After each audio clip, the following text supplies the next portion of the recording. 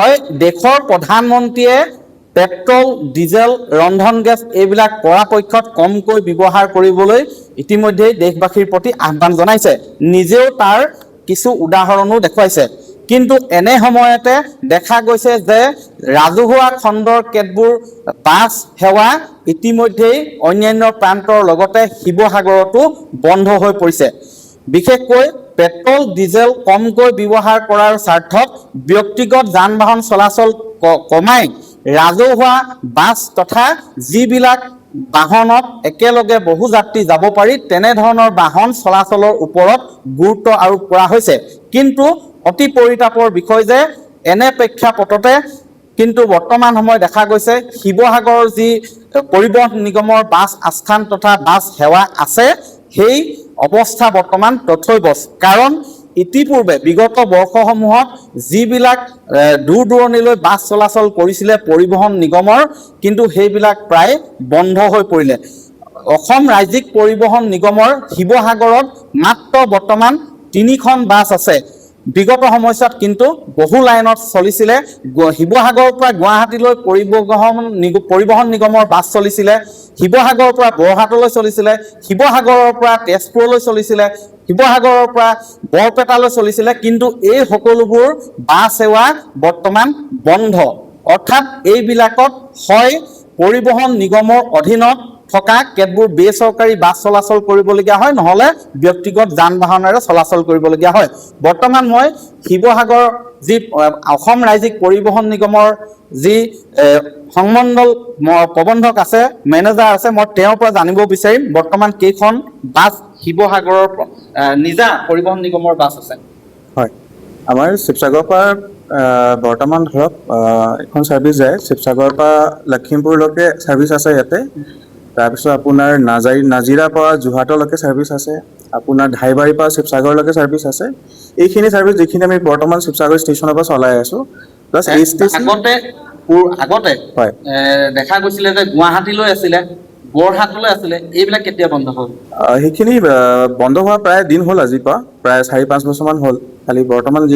আজিকালি কি হৈছে যিখিনি আমাৰ আণ্ডাৰ এছ টি চি গাড়ী সেইখিনি গাড়ী আমাক মানে পাব্লিকক সাৰ্ভিস দি আছে আৰু বৰ্তমান যিখিনি এছ টি চি গাড়ী মই যিখিনি ক'লো তাৰ লগতে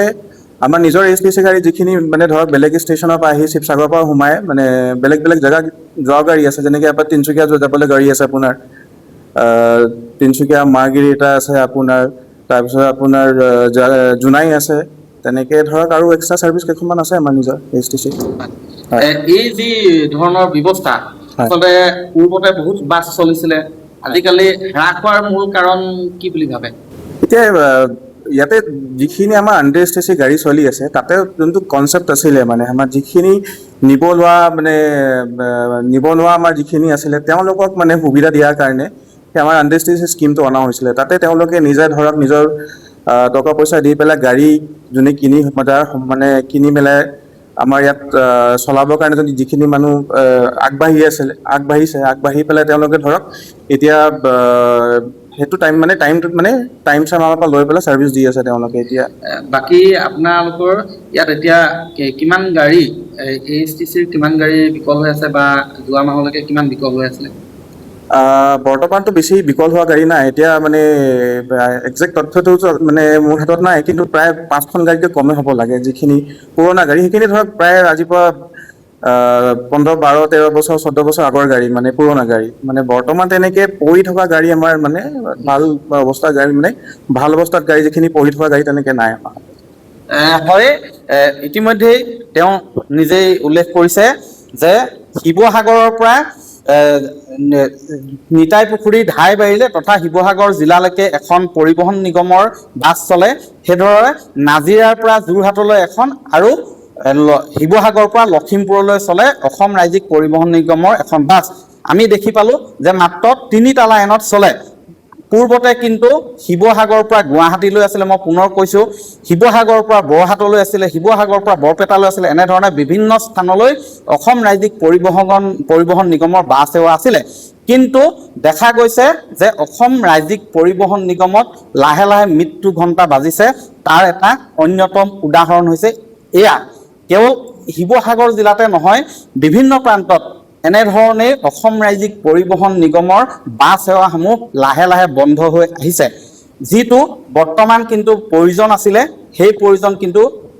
এনেধৰণৰ প্ৰেক্ষাপটত পূৰাব পৰাকৈ বৰ্তমান শক্তিশালী নহয় অসম ৰাজ্যিক পৰিবহণ নিগম। আৰু এই অসম ৰাজ্যিক পৰিবহণ নিগমত অনাগত সময়ত চৰকাৰে কি ধৰণে সবল কৰিব, উন্নত কৰিব, মৃতপ্ৰায় অৱস্থালৈ গতি কৰা পৰিবহণ নিগমক কি ধৰণে প্ৰাণ দিব, সেয়া কিন্তু লক্ষণীয় হ'ব। আপুনি বিচৰা বাতৰি পাব কেৱল নিউজ 18 এপত।